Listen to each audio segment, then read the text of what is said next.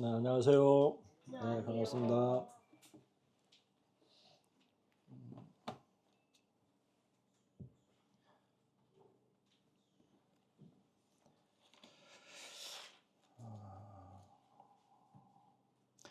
우리가 이제 계속 그 디모데후서를 보고 있는데 오늘은 이제 디모데후서 3장에 있는 내용을 보겠습니다.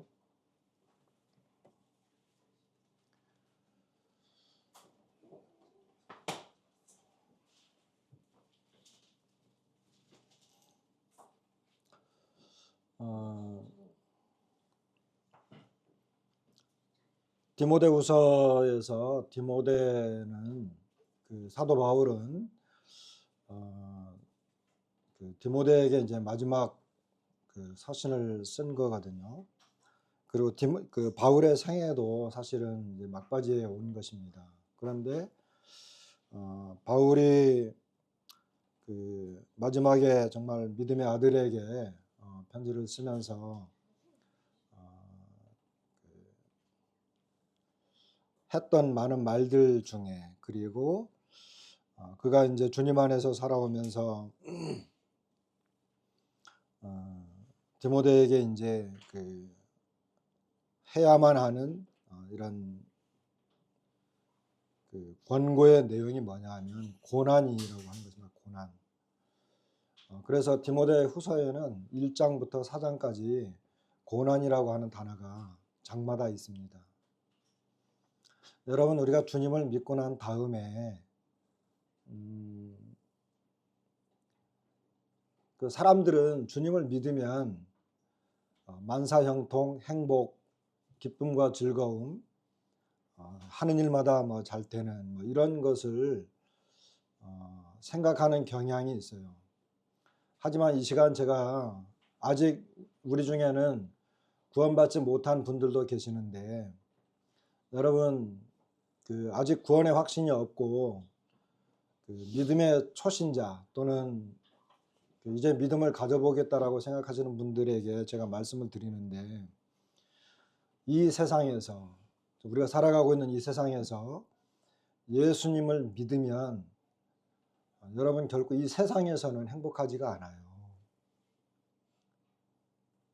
예수님께서 그랬어요. 너희가 나를 따라오려면 너네 십자가를 져야 돼. 너의 십자가를 져야 돼. 먼저 자기를 부인해야 될 거야. 이런 말씀을 하시거든요. 그러니까 예수님을 믿고 따르는 것은 즐거운 게 아닙니다. 그리고 세상에서는 많은 손해와 희생, 그리고 어떤 때는 막연한 것, 보이지 않기 때문에 그런 것 속에서 살아야 돼요. 그래서 내가 예수님 믿으면 나는 정말 행복해질 거야. 이 세상에서 내가 뭐 다 잘 될 거야. 이런 기대를 예수님을 믿으면 그것이 이루어질 거야 라고 생각을 하면 그 믿을 수가 없어요. 그리고 잘못 생각하는 것입니다. 예수님을 가장 잘 믿었던 사람이 사도 바울이거든요. 이것을 쓴 사람이에요. 근데 이것을 쓴 사람이 자기의 아들에게, 믿음의 아들이죠. 믿음의 아들에게, 야, 너 예수님 믿으면서 정말 예수님을 끝까지 믿으면서 가고 싶지? 그러면 너 고난을 각오해.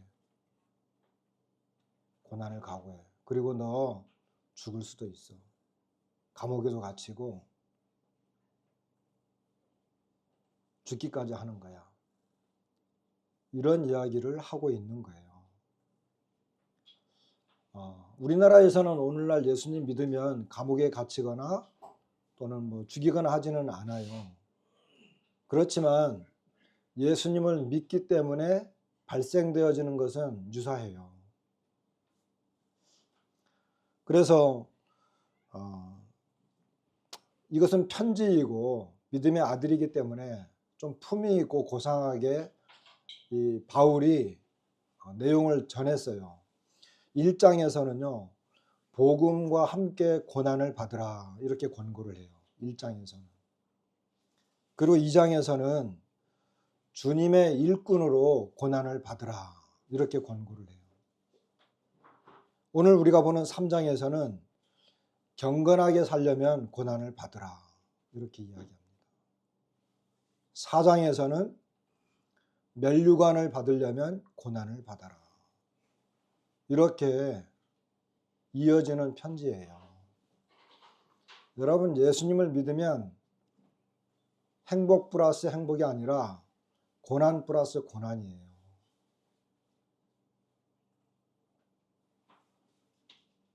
다음 주부터 몇 명 안 남을 것 같은데 고민되긴 하지만 사실입니다. 다 떠나고 한두 명만 남아도 어쩔 수 없어요. 다 떠나고 한두 명만 남아도 어쩔 수 없는 거예요. 왜? 그것이 성경이 가르치는 거기 때문에 그래요.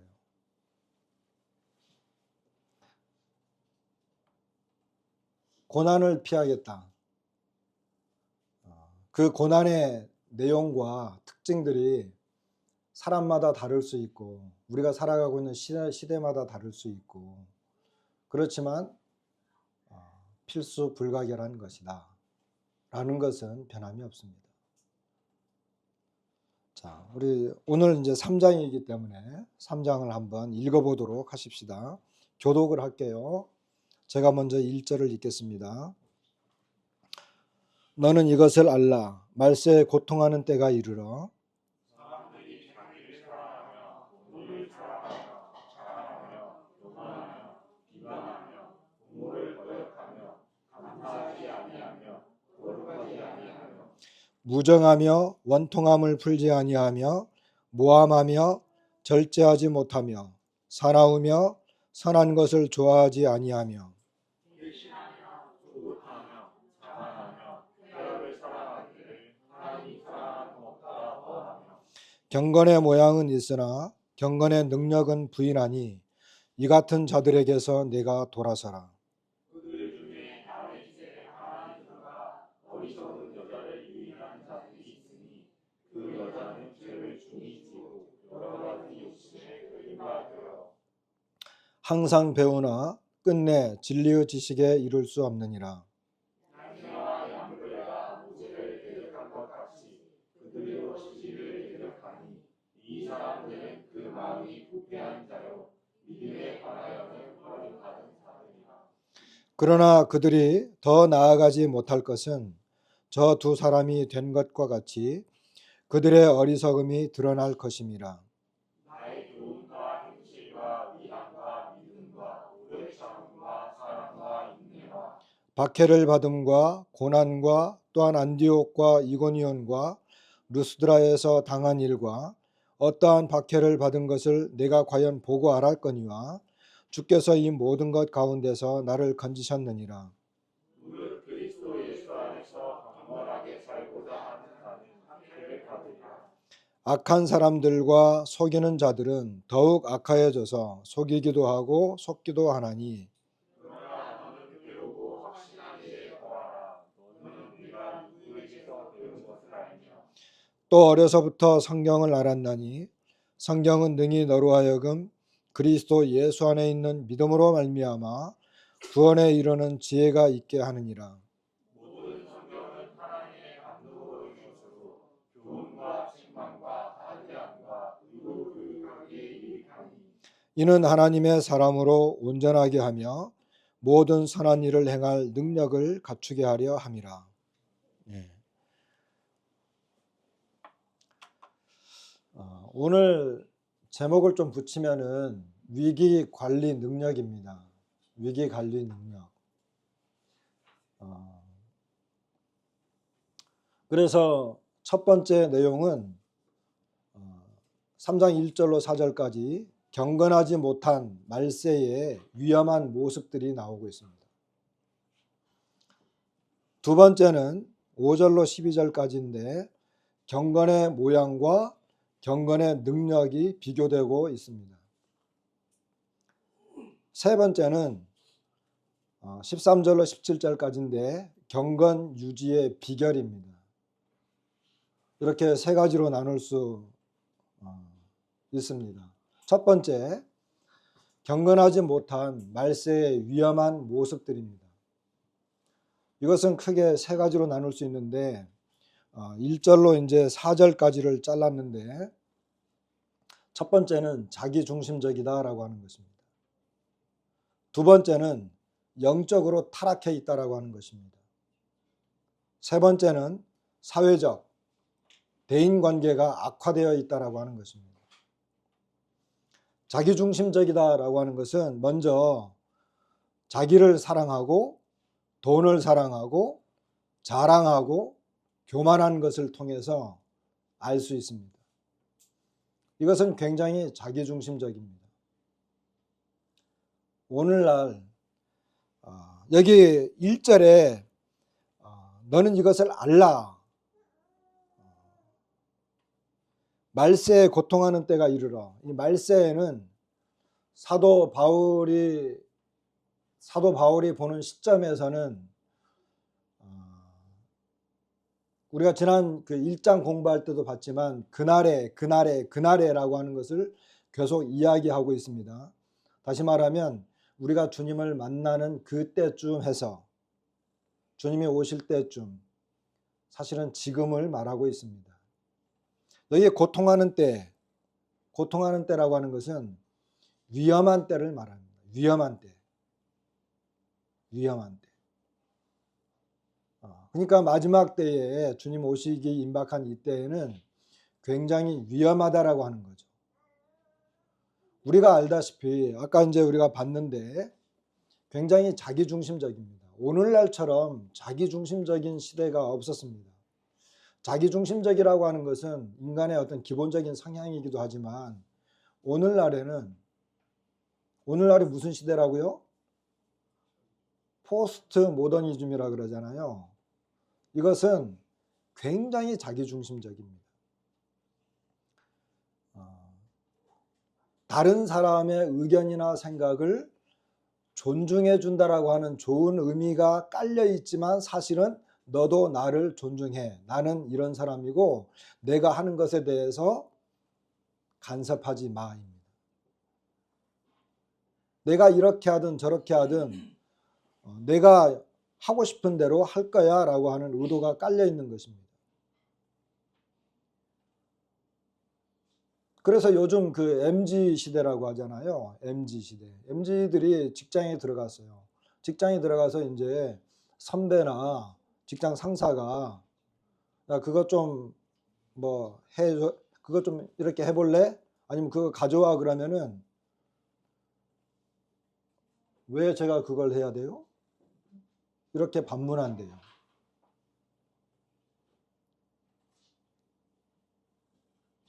근무 시간에 커피 빼는 거는 좀 보기에 그렇고 업무 능력이 떨어지니까 쉬는 시간에 마실래 그러면 거기에 대해서 뭐라고 대답할까요? 커피는 마시라고 있는 거 아니에요? 이런 식이에요. 다시 말하면 대화가 잘 안 돼요. 왜? 조직의 규율이나 규칙, 어떤 그 원칙들이 있고 대인관계의 어떤 그 원리들이 있는데 이것이 깨져가는 거예요. 자기중심적인 시대다라고 하는 것입니다. 우리 젊은이들이 많이 있는데 우리 젊은이들은 물론 시대를 보는 분명한 시각이 있어야 되겠지만 우리는 이 세대를 본받아서는 안 됩니다. 너희는 이 세대를 본받지 말고라고 하는 것은 너희는 이 세대의 풍토, 어떤 이 세대가 갖고 있는 틀, 그걸 본받지 말라고 하는 뜻이에요. 영어 성경에는 그런 식으로 되어 있어요. 그러니까 이 세대는 이 세대가 갖고 있는 틀이 있어요. 규칙이 있다는 거죠. 그거를 본받지 말라라고 하는 거예요. 그래서 우리 젊은이들이 직장 생활을 하면은 옷을 입는 것, 뭐 모든 면에서 뭐 결혼부터 시작을 해서 이렇게 뭐 집을 구하거나 또는 직장 생활하거나 할 때 뭐 요즘 애들 다 그렇게 하니까 친구들이 그렇게 하니까 다른 사람도 그렇게 하니까 그렇게 해야 된다는 거예요. 그것을 반발해 가지고 엉터리로 하라고 하는 뜻이 아니고 그런 틀 속에 우리가 있긴 하지만 이것이 주님의 시각으로, 영적 시각으로 바라볼 수 있고 분별할 수 있는 능력이 우리에게 있어야 돼요.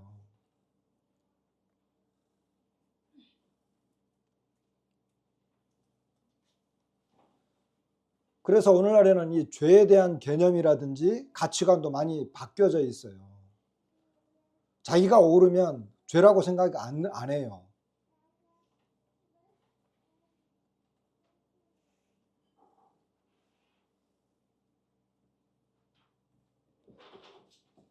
제가 이제 우리 선생님한테 잠깐 들은 이야기인데 이호선 씨라고 하는 유명한 상담사가 있대요.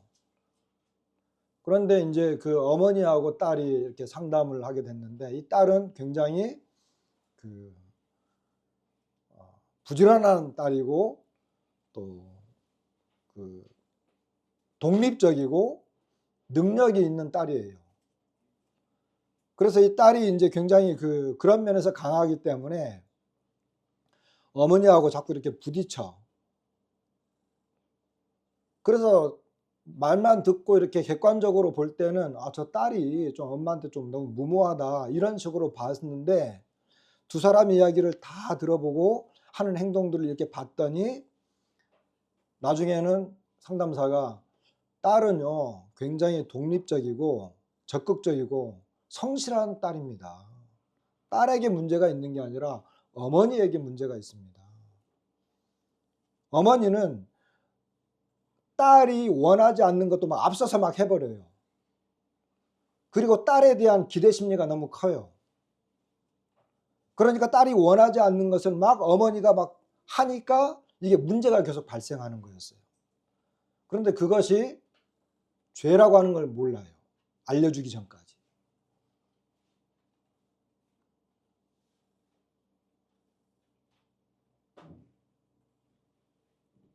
이런 시대에 우리가 살고 있어요. 여기 나와 있는 거 뭐 한 18가지 종류가 쭉 나와 있긴 한데 뭐 자기를 사랑한다, 돈을 사랑한다, 자랑한다 다 알고 있는 내용들입니다. 두 번째는요. 영적으로 타락해 있는 시대입니다. 영적으로 타락해 있다. 여기 보면 특별히 2절에 보면 비방하며부터 시작을 해가지고 비방하며 부모를 거역하며 이 비방하다라고 하는 것이 세 번역에는 신성 모독이 하나님을 모독하는 걸 말해요. 이것이 비방이라고도 번역할 수 있지만 다른 번역서들 역본 비교를 쫙 해보면 절반 이상이 하나님을 모독하는 것으로 나와요.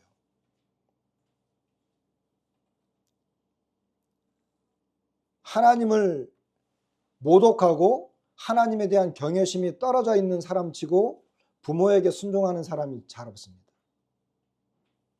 그리고 그들은 감사가 없습니다.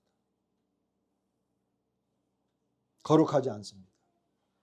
영적으로 뭐예요? 굉장히 타락해 있는 그런 상태를 말하고 있습니다. 오늘날 지금 우리가 살아가고 있는 이 시대에 그런 시대예요. 하나님을 경외하지 않는다 이렇게만 생각하면 이게 단순한데 거기에서 파생되어져 나온 것들 하나님과 직접적으로 관련되어 있는 것 이것이 부모와의 문제 가정 안에서 부모와 자녀들 간의 문제 그 다음에 그의 이 생활 속에서의 기본적인 삶 하나님을 경외하는 사람은 늘 감사하죠.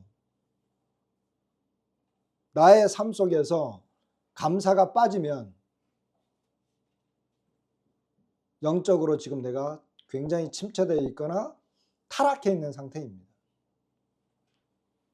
거룩하다라고 하는 것은 뭐예요? 우리가 일반적으로 알고 있는 거룩하다라고 하는 것은 구분된 삶이거든요. 그래서 이것은 굉장히 영적으로 타락해 있는 그런 상태를 말하고 결국은 하나님과의 관계에 문제가 있다라고 하는 것입니다. 그 다음에 세 번째는 제일 내용이 많은데 이것은 사회적인 문제가 있어요. 사회적인 문제. 이건 다른 사람들과의 관계 형성 문제입니다. 이것이 무정하다로부터 시작을 합니다. 무정하다. 다른 사람들에 대해서 그 애틋한 마음이나 따뜻한 마음을 갖지 못하고 쉽게 말하면 정없이 하는 거죠. 아까 말한 것처럼 왜 나한테 그렇게 간섭해요? 이런 식이에요. 이 중에서 모함하는 것, 그리고 절제하지 못하는 것. 요즘 사람들 절제하지 못, 뉴스에 보면 절제하지 못해가지고 이 사건 사고가 발생하는 것들이 너무나 많아요. 그리고 사납다, 난폭한 거죠.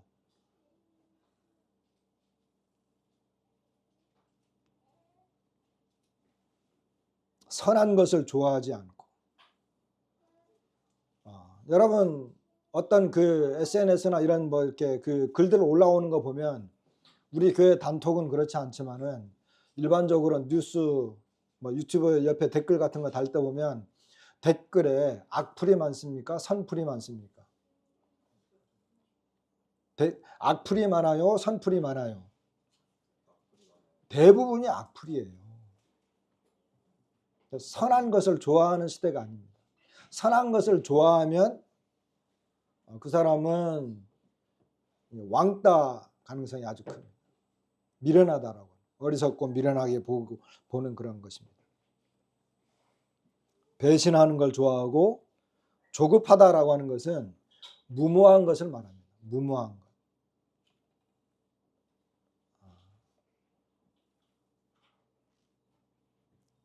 쾌락을 사랑하는 그와 같은 시대입니다. 요즘 시대가 정말 이 쾌락을 사랑하죠. 요즘 TV에 보면은 가장 많이 나오는 게 뭐예요? 오락 프로. 그러니까 이 사람들은 다른 사람들을 즐겁게 해주고 웃게 해주는 것으로 이제 이 모든 프로그램을 형성을 해요. 그리고 사람들은 그것을 대리만족을 합니다. 여행 가는 것, 먹방, 무슨 뭐 이런 것들이 굉장히 많이 나오잖아요. 이게 다 여기에 포함되는 것들이에요. 저는 우리 아이들한테 그런 이야기를 했어요. 오락 프로 할 때 저는 그 오락 프로 자체를 좋아하지 않아요. 왜냐하면은 그 오락 프로에 나오는 몇몇 인기 있는 스타들이 있잖아요. 인기 그 연예인이라기보다는 뭐 이렇게 이 오락 프로에 나와서 잘 나가는 이런 사람들이요. 거의 방송에 나와서는 맛있는 거 먹고 좋은 데 다니고 자기네끼리 모여가지고 자기네끼리는 아주 재밌는 이야기들을 막 하면서 웃으면서 막 그렇게 한 1시간을 그 프로를 방영하고 좋아해요. 제가 볼 때는 쟤네들은 진짜 좋겠다. 저기서 자기네 재밌는 이야기하고 웃고 떠들고 놀고 맛있는 거 먹으러 다니고. 근데요, 방송국에서는 이 사람들에게 몇 억씩 그냥 막 줘요. 이 사람들 한번 출연할 때마다 몇 억씩 버는지 몰라요. 제가 한 번은 보니까 대한민국에 차가 2대인가 밖에 없는데, 승용차, 최고급 승용차 2대인가 밖에 없는데 그 중에 하나를 이 사람이 끌고 다니더라고요. 그래서 제가 아주 싫어했어요. 쟤네들이 뭔데 저렇게 가장 좋은 차에 가장 좋은 집에서 살아야지? 자기네 좋아하는 거 하면서?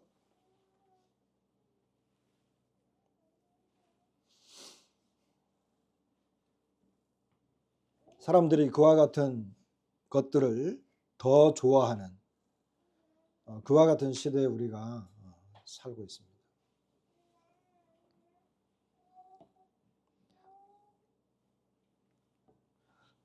자, 그 다음에 큰 두 번째, 여기 사도 바울은 5절에 보니까 경건의 모양은 있으나 경건의 능력은 부인하니 이 같은 자들에게서 내가 돌아서라, 이렇게 이야기합니다.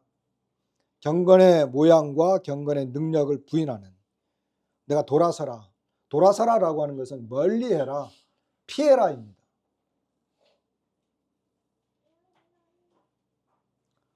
경건의 모양과 경건의 능력이 비교되고 있습니다. 그러면서 이제 그 6절부터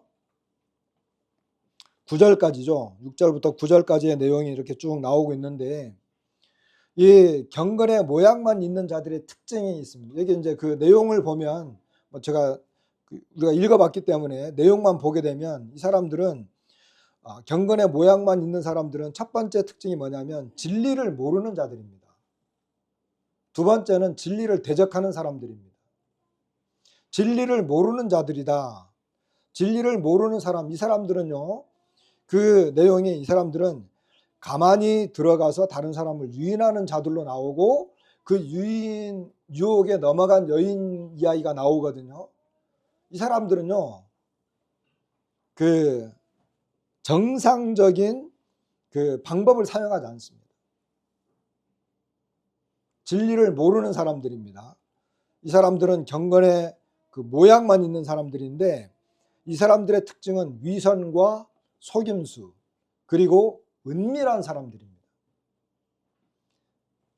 이 사람이 도대체 어떻게 사는지를 알 수가 없어. 여러분, 교회는요, 우리 하나님의 교회는 교제권이 자유로운 것이 특징입니다.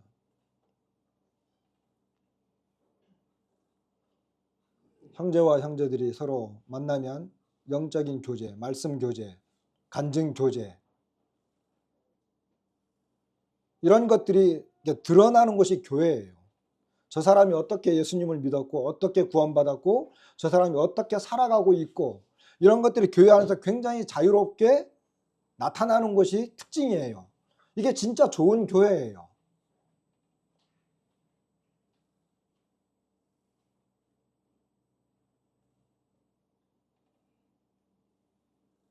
오늘 형제님, 그 형제님 안 나와서 제가 말씀을 드리겠는데 우리 자신을 좀 돌아보고 정말 자성해야 하고 각성하는 시간이 되었으면 좋겠어요. 우리 강희권 형제님 지난주에 우리가 그 광고를 했는데 강희권 형제님은 이 눈이 이제 그 황반 이제 원공 거기가 이제 너무 많이 찢어져 가지고 수술을 할 수 없는 상태라고 합니다. 수술을 포기했어요.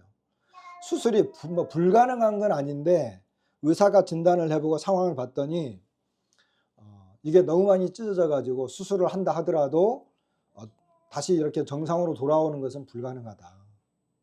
실명까지야 가지는 않겠지만 좋아진다라고 확신할 수 없다. 그래서 그냥 고통스럽지만 견디는 게 좋겠다. 이렇게 진단 결과가 나왔어요. 오늘 이제 저랑 한 2시간 가까이 통화를 했는데 오늘 이제 오실 수 있으면 오시겠다고 했는데 아마 오늘 못 오셨죠? 뒤에 계세요? 못 오셨어요. 그래서 이제 뭐 이런저런 이야기를 많이 했어요. 그런데요, 제가 이제 오늘과 주제와 관련된 내용인데, 형제님은 그렇게 이제 그 눈이 그렇기 때문에 집에서 완전히 암막 커튼을 쳐서 갇혀 있는 생활을 해요. 성경을 읽을 수가 없어요. 그래서 성경을 들어야 돼요. 반복해서 들어야 돼요. 수시로 계속 성경을 들어요. 그리고 간혹 이제 유튜브 같은 걸 보면서 그 괜찮은 말씀이 있으면 찾아서 듣고 그러는 사람이에요.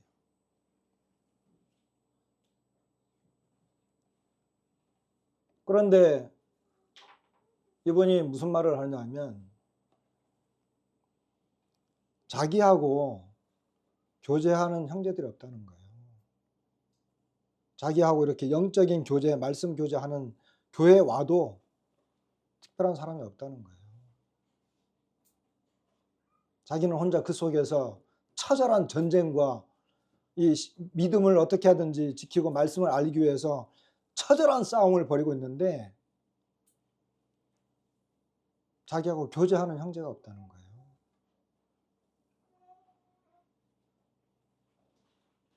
그냥 교회에 와서 1시간 뭐 말씀 듣고 밥 먹고 그냥 가는 게 전부예요.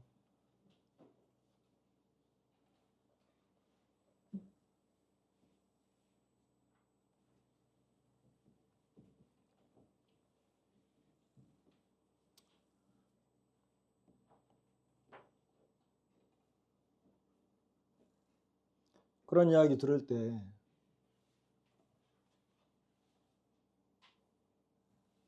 속에서 이 불과 눈물이 한꺼번에 터져 나와요.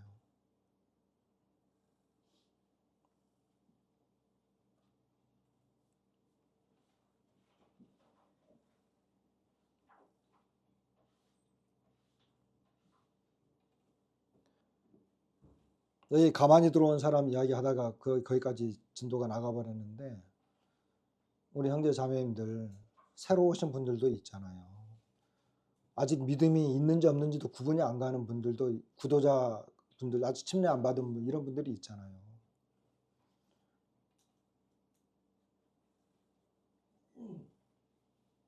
그리고 우리 성도님들 있잖아요. 우리가 무슨 이야기 하겠어요? 교회에 오면.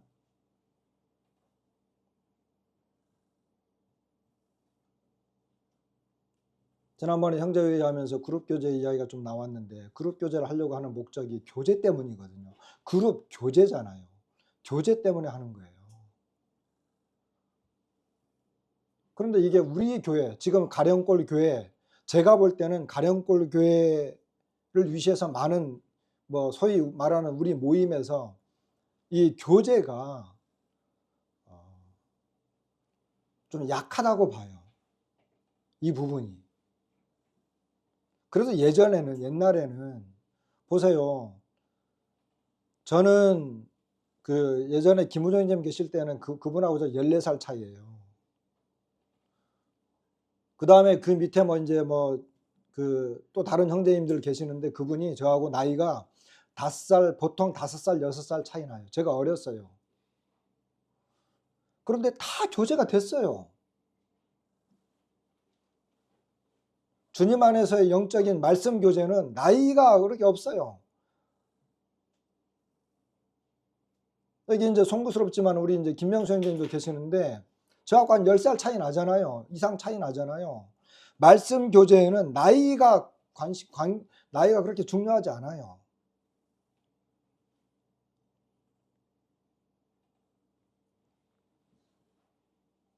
내가 살아가는 주님 안에서의 어떤 간증 교제, 말씀 교제 있고, 특히 강희권 형제님 같은 경우에는 말씀을 알고 싶은 열망이 너무 많으니까, 내가 이 말씀 요즘에 이사야서를 읽고 있는데, 들었는데, 어떤 강의를 들었는데, 이런 내용 저런 내용 막 이야기를 해요. 그럼 서로 맞장구 쳐주고 이야기하고, 그거는 이렇고, 맞아요 그러면서 저는 또 이렇게 생각해요. 이런 게 있어야 되는데,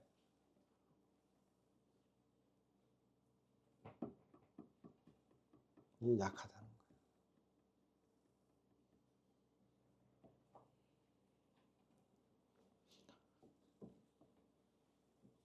이런 이야기를 들으면은 우리 자신을 돌아보고 좀 더 적극적이고, 내가 주님 안에서 어떻게 해야 될지를 알고 실제로 행했으면 좋겠어요. 이상한 이야기들만 좀 하시지 말고. 이 가만히 들어온 사람들 때문에 이야기가 길어졌는데요. 교회에는 가만히 들어온 사람들이 있어요. 사도 바울은 갈라디아서를 쓰면서 이런 이야기를 합니다. 거기에 이제 율법 때문에 문제가 생겼는데, 이는 가만히 들어온 거짓 형제들 때문이라. 여기 가만히 들어온 거짓 형제들. 형제들은 형제들인데 거짓 형제들이에요. 이 사람들의 특징이 가만히 들어온 사람들입니다. 진짜 형제들은 그렇게 안 들어오죠. 그들이 가만히 들어온 것은 그리스도 예수 안에서 우리가 가진 자유를 엿보고 우리를 종으로 삼고자 함이로다. 유다서에도 이런 말씀이 있어요. 이는 가만히 들어온 사람 몇이 있음이라.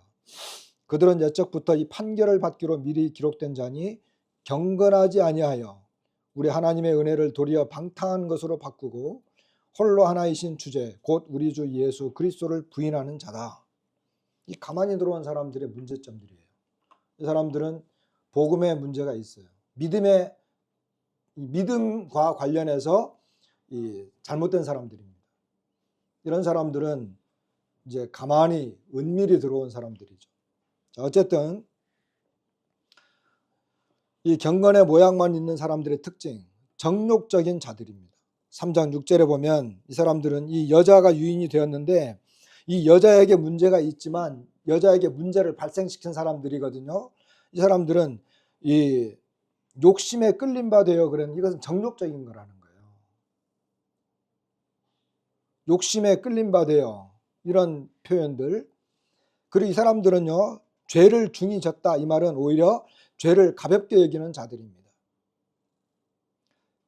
그리고 이 여인은 끝내 진리의 지식에 이를 수 없다 그랬는데 이것은 진리를 말해주지 않았기 때문에 진리와 관계없는 사람들이고 진리와 관계없는 열정이 있는 사람들입니다.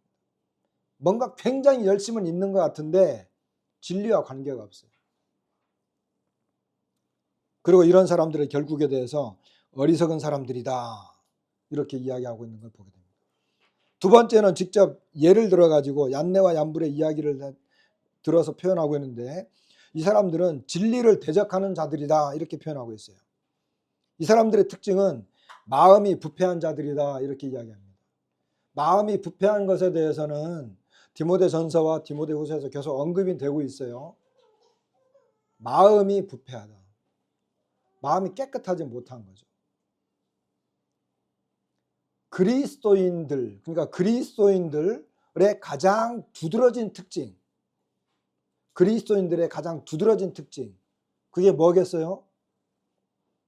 여러분, 우리가 구원받을 때 어떻게 구원받았나요? 하나님 앞에 나아가서 하나님, 저는 죄인입니다. 저는 죄인입니다. 저도 저를 잘 알고 하나님도 저를 잘 압니다. 이 죄를 용서해 주십시오. 이 죄에 대해서 발버둥치다가 결국 예수 그리스도의 십자가를 바라보면서 이 죄가 용서되어진 것을 발견하고 하나님 앞에 감사와 영광을 돌리며 돌아온 사람들입니다. 그러니까 구원받은 사람은 죄의 문제를 가지고 접근한 사람들이에요. 그의 양심을 가지고 하나님 앞에 접근한 사람들이에요. 진실된 참된 마음을 가지고 하나님 앞에 자신의 더러움이 어떤 사람인가를 드러내놓은 사람이에요. 저도 마찬가지였어요. 저는 날이 새도록 이 죄의 문제가 근본적으로 해결되지 않았기 때문에 죄 때문에 고민하고 갈등했어요. 그리고 이걸 가지고 하나님 앞에 나아가는 거예요. 근데 그 문제가 해결이 됐어요. 그러니까 하나님 앞에 구원받고 정말 기뻐하고 즐거워했거든요. 그러면 구원받았다. 이 그리스도인들이다. 이 말은 양심과 자신의 마음, 죄를 가지고 하나님 앞에 나아간 사람들이에요. 그리고 거기에서 정말 죄 용서함을 받고 그 양심이 돌아선 사람들이에요. 이게 그리스도인들이에요. 그냥 그리스도인들은 나 구원받았어. 뭐 말씀 3장 16, 요한복음 3장 16절 이런 거 말하는 사람들이 아니고 그 사람의 양심이 바뀐 사람들을 말하는 거예요. 양심이 깨끗해진다라고 하는 것이 무엇인지를 아는 사람들이에요. 진실이 무엇인지를 아는 사람. 하나님 앞에서 죄 용서가 뭔지를 아는 사람들. 이런 사람들은 죄 사함을 받았고 하나님 앞에 용서받은 것을 알았기 때문에 내가 어떤 사람인 것을 가지고 솔직하게 하나님 앞에 나아가서 고백한 사람들이기 때문에 이 사람들의 양심이 드러난 사람들이에요.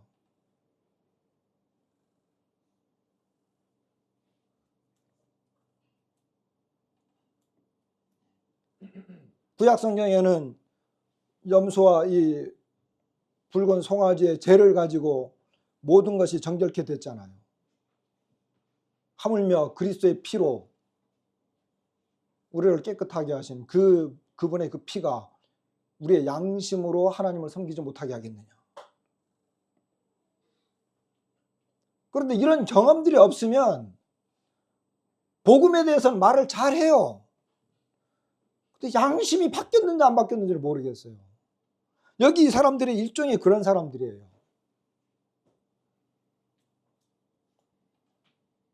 마음이 부패한 사람들.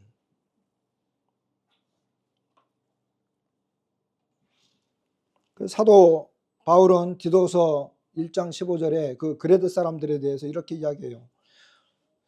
깨끗한 자들에게는 모든 것이 깨끗하나 더럽고 믿지 아니하는 자들에게는 아무것도 깨끗한 것이 없고 오직 그들의 마음과 양심이 더러운지라. 그들의 마음과 양심이 더러운 거예요. 아직 변화되지 않은 거예요. 그들이 하나님을 시인하나 행위로는 부인하니 가증한 자요 복종하지 아니하는 자요 모든 선한 일을 버리는 자니라. 여기 나중에 나오겠지만은 양심이 바뀐 사람은 변화된 사람이고 말과 행실이 같은 사람들이에요.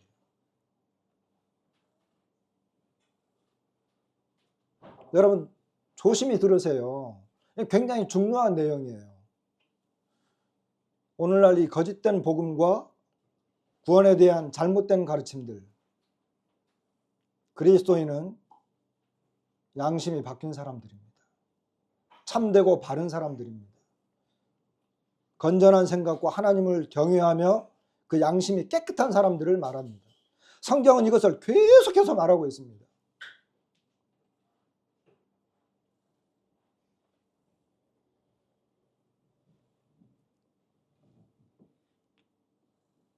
이 사람들은요, 믿음과 관련이 없는 사람들입니다. 왜냐하면은 믿음의 3장 8절 후반부에 보면 부패한 자요 믿음에 관하여는 버림받은 자들이다 이렇게 말하고 있기 때문에 그렇습니다. 그리고 이 사람들은요 어리석은 사람들입니다. 6절과 9절에 동일하게 다 어리석은 여자를 유인하는 사람들이라 그랬고, 그리고 9절에도 그들의 어리석음이 결국은 드러날 것이다 이렇게 이야기하는 걸 보게 됩니다. 왜 어리석은 표현을 했을까? 이런 사람들은 겉으로는 외형적으로는 굉장히 똑똑하고 진리를 아는 것처럼 말하고 뭔가 사람들에게 돋보이는 사람들이에요. 그런데 진짜로는 어리석은 사람이에요.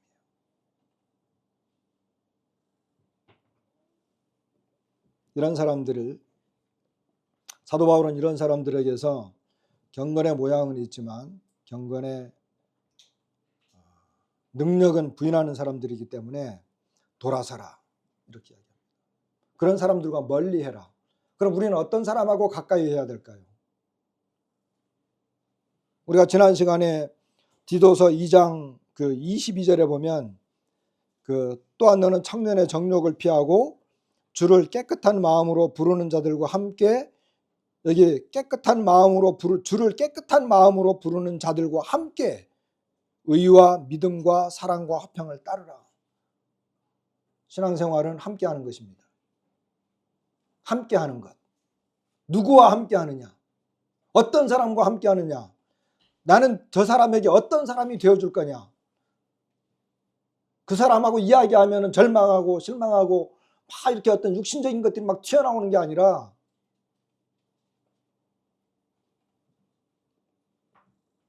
의와 믿음과 사랑과 화평이 드러나는 이런 걸 말하는 거예요.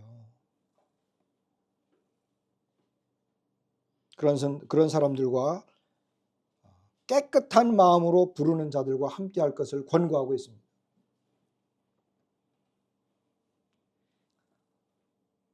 10절부터는 앞에 있는 내용하고 대조가 되거든요. 3장 1절로 9절까지는 부정적이고 경건하지 못한 내용들이 나오는가 하면 10절부터 17절까지는 경건한 모습이 나오는 딱 10절로부터 이렇게 딱 구분이 돼서 대조가 돼요. 그러나 이제 여기서 대조되는 내용을 다 설명하기보다는 아까 이제 경건의 경건의 모양만 있는 자들에 대해서 설명을 했으니까 여기서는 경건의 능력이 있는 사람들의 모습. 사도 바울은 10절에 보면 교훈과 행실을 이야기합니다. 여기 이제 단어들이 이제 같이 연결되어지는 걸 볼 수 있는데, 교훈과 행실, 다시 말하면 가르침과 행실이거든요. 그러니까 뭐예요? 말과 행동이 일치한다는 거예요. 앞에 있는 1절부터 4절까지는 부정적이고 경건하지 못한 모양들이 나오지만 10절부터는 경건한 사람의 특징이 나와요.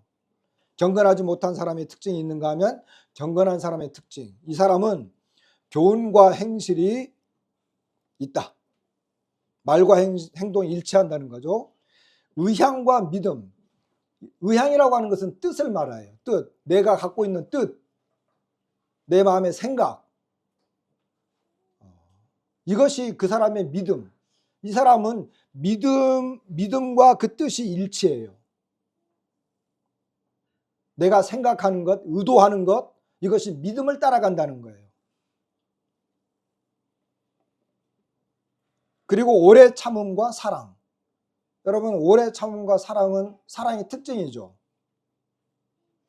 사랑의 특징. 사랑의 특징 제일 맨 처음에 나오는 게 오래 참음이잖아요. 오래 참음과 사랑이 같이 있습니다. 경건한 사람의 특징.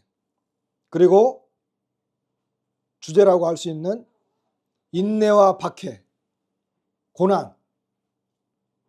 이 사람은 이 박해와 고난을 인내함으로 견디는 사람이에요. 경건한 사람의 특징입니다. 그러면서 사도 바울은 그 안디옥과 이고니온, 루스드라, 여기는 디모데가 처음에 주님을 믿었던 장소이기 때문에 거기에서 사도 바울이 1차 전도 여행 때 어떤 고난을 받았는지 디모데가 잘 아는 사람이죠.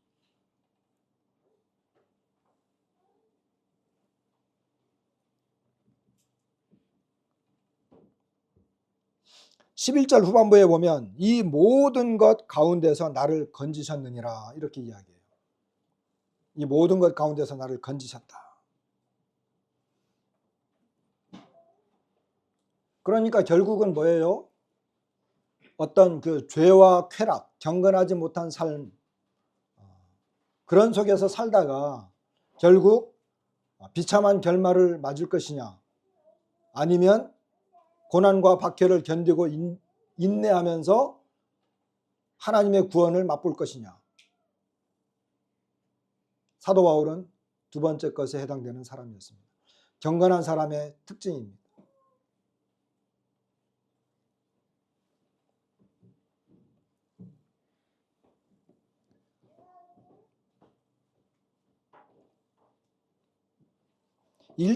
그 1장에서도 그 내용이 나왔었죠. 1장에서도.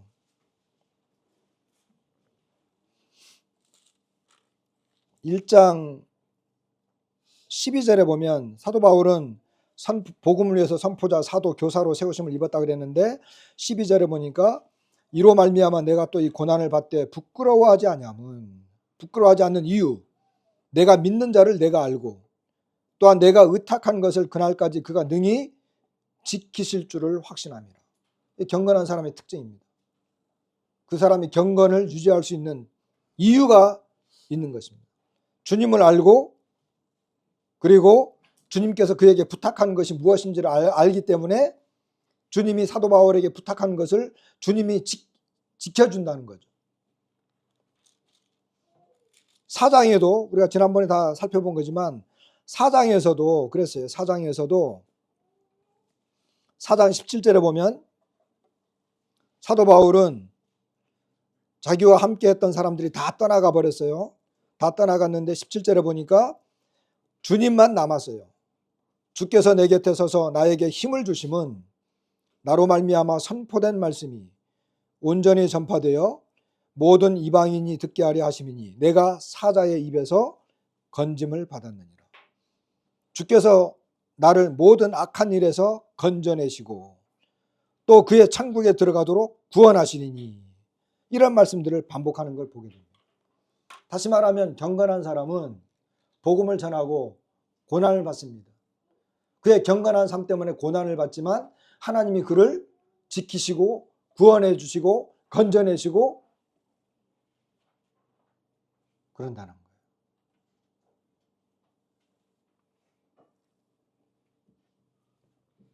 자, 마지막으로 세 번째, 이제 경건 유지의 비결. 경건. 그럼 우리가 어떻게 경건함을 유지할 것이냐? 어떻게 경건한 삶을 살 것이냐? 이게 13절부터 17절까지의 내용입니다. 첫 번째는 13절과 14절인데 이 14절부터 좀 보겠습니다. 14절에 보면 너는 배우고 확신한 일에 거하라, 이렇게 이야기하는 걸 보게 됩니다. 너는 내가 누구에게서 배운 것을 알며. 디모데는 사도 바울과 함께 이 복음 사역에 동참했던 사람입니다. 그리고 사도 바울은 많은 증인들 앞에서 하나님의 말씀과 교훈을 가르쳤습니다. 그것에 대해서 디모데는 직접적으로 목격한 사람이고 함께했던 사람입니다. 디모데는 사도 바울이 무슨 이야기를 어떻게 했는지를 잘 알고 배운 사람입니다. 교회에서 이것이 주일날 이렇게 말씀 시간이든 어떤 시간이 됐든 간에 우리는 말씀을 배웁니다.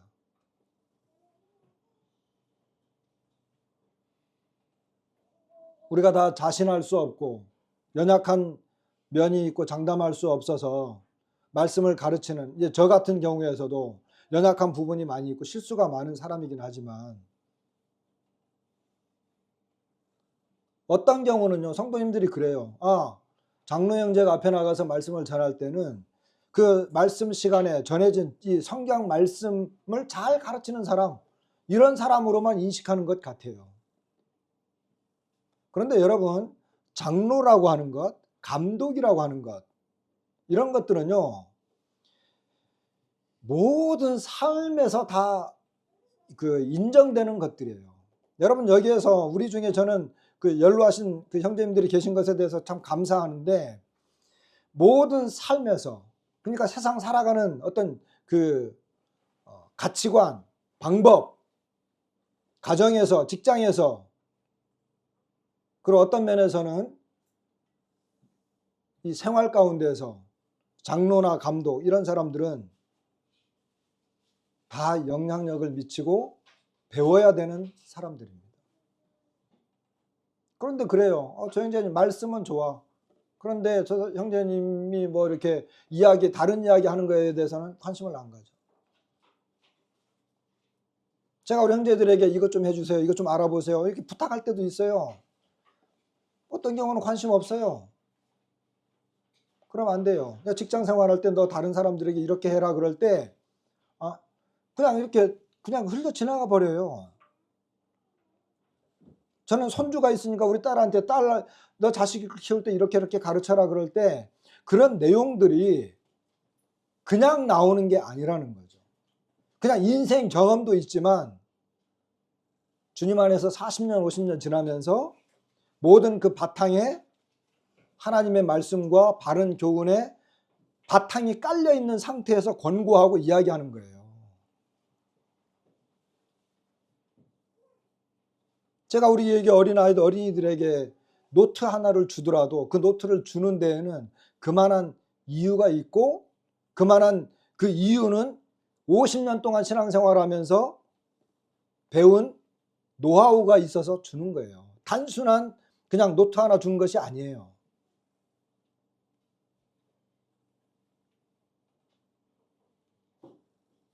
사도 바울을 통해서 디모데는 배웠습니다. 그리고 사도 바울은 거기에 대해서 확신 가운데 거할 것을 권고하고 있는 걸 보게 됩니다.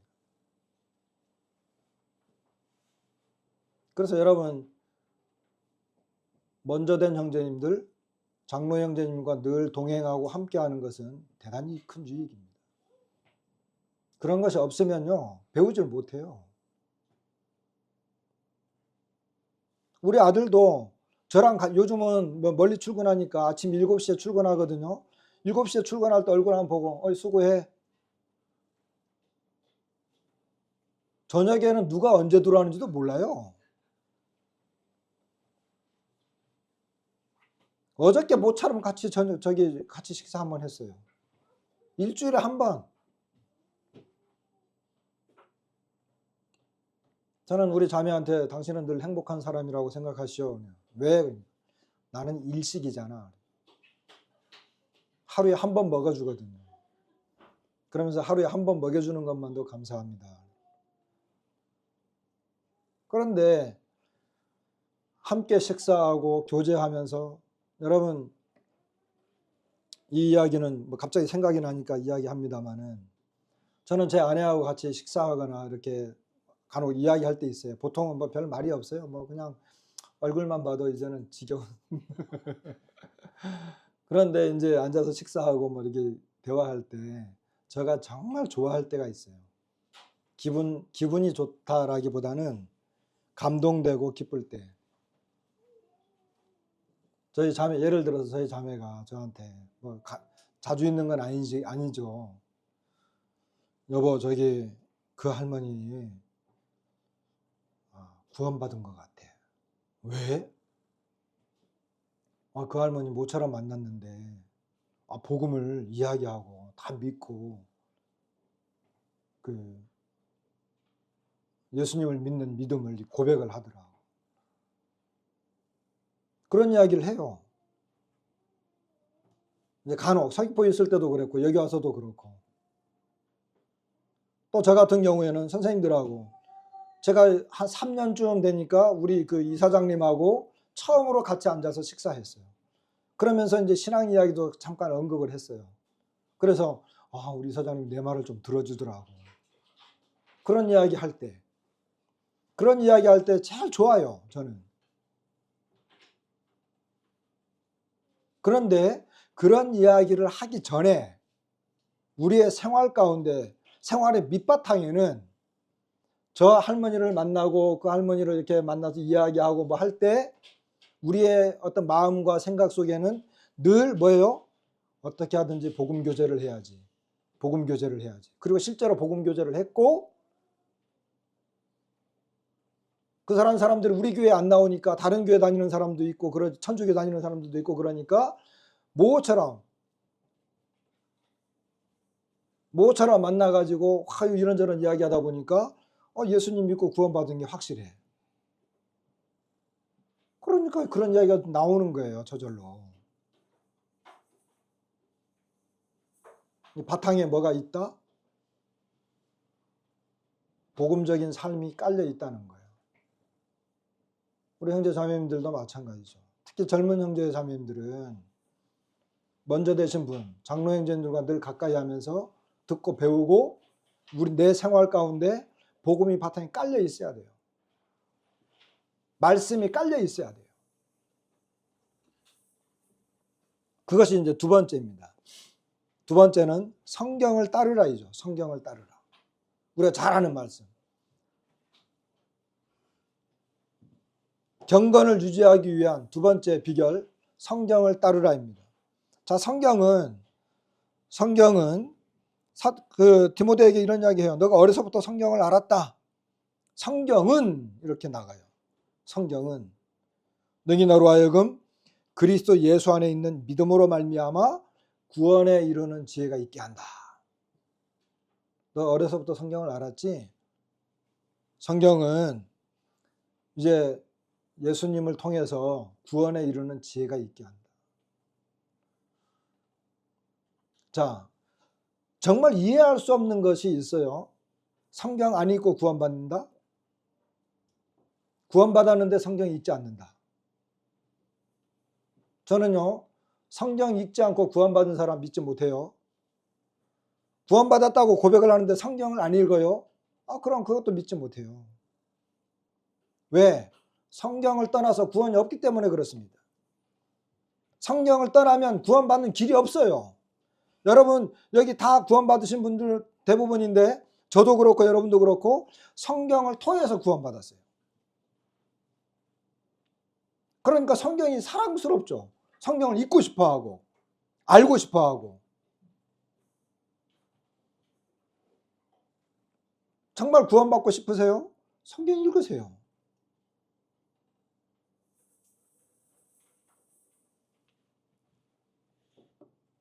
자, 두 번째 16절에 모든 성경은, 여기도 모든 성경은 이렇게 또 나가요. 하나님의 감동으로 된 것으로. 여러분, 이게 얼마나 놀라운 건지 아십니까? 하나님의 감동으로 됐다는 거예요. 성경이 영감된 책이라고 하잖아요. 하나님으로부터 영감된 책이에요. 일반 책이 아니라는 거예요. 일반 책이 아니라는 거예요. 책마다 저자가 있잖아요. 근데 성경은 하나님의 감동으로 된 거예요. 이 세상에 하나님의 감동으로 된 책은 성경밖에 없어요. 그러니까 성경을 읽으면 어떻게 돼요? 그러니까 성경을 읽으면 하나님의 감동으로 되어 있기 때문에 성경을 읽으면 거기에서 교훈이 나와요.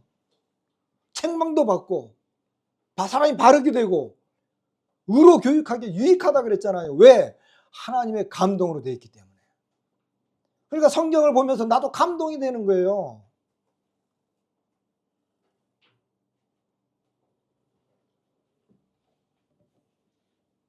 17절에 그 이유가 나오는데 이는 하나님의 사람으로 온전하게 하며 하나님의 사람으로 온전하게 하며 모든 선한 일을 행할 능력을 갖추게 하려 합니다. 자, 먼저 하나님의 사람이 온전해지는 거죠. 성경 읽지 않는다? 하나님의 사람으로 온전치 못합니다. 성경을 많이 읽고 연구하고 성경에 깊이 빠져 있을수록 온전한 하나님의 사람이 되는 거예요. 그렇지 않으면 사회 사람, 일반 사람, 뭐 어떤 능력 있는 직장인 그런 건 될지 모르겠지만 온전한 하나님의 사람은 안 됩니다.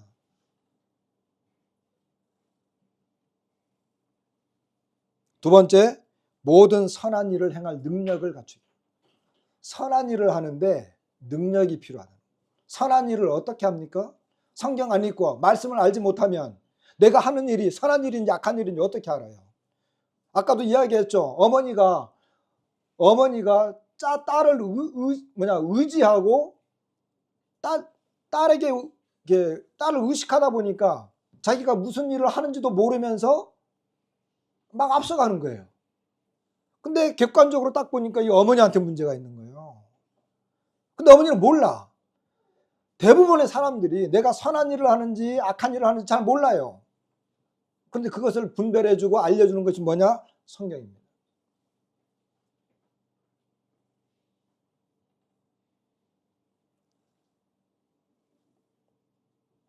선한 일을 할 수 있는 능력,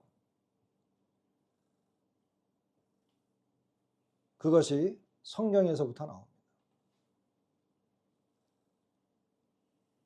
그렇기 때문에 내가 무슨 일을 하거나 어떤 계획을 세우거나 뜻을 세워서 뭐 할 때도 그 일을 해야 되는데 그 일을 할 만한 능력이 어디서 나오냐면 성경에서부터 나온다고 하는 것입니다. 오늘은 위기관리 능력이라고 하는 제목을 가지고 말씀을 드렸습니다. 우리는 정말 이 위험한 시대에 살고 있습니다. 경건하지 못한 것들이 어떤 것인지를 살폈습니다. 경건의 모양과 경건의 능력이 어떤 것인지를 구분을 해봤습니다. 그리고 위기관리의 절정, 내가 앞선 성도들에게, 장로 형제님들에게 뭘 배우고 있는가? 나는 성경을 어떤 태도로 받아들이고 있는가? 이것이 정말 경건한 삶을 살기 위한 방법이라고 하는 것을 살펴봤습니다. 저도 그렇고 우리 형제자매님들도 그렇고 진짜 경건한 삶을 살기 위해서 무엇을 멀리 해야 되고 무엇을 가까이 해야 되고 살아야 되는지 도움이 되었으면 좋겠습니다. 마치겠습니다.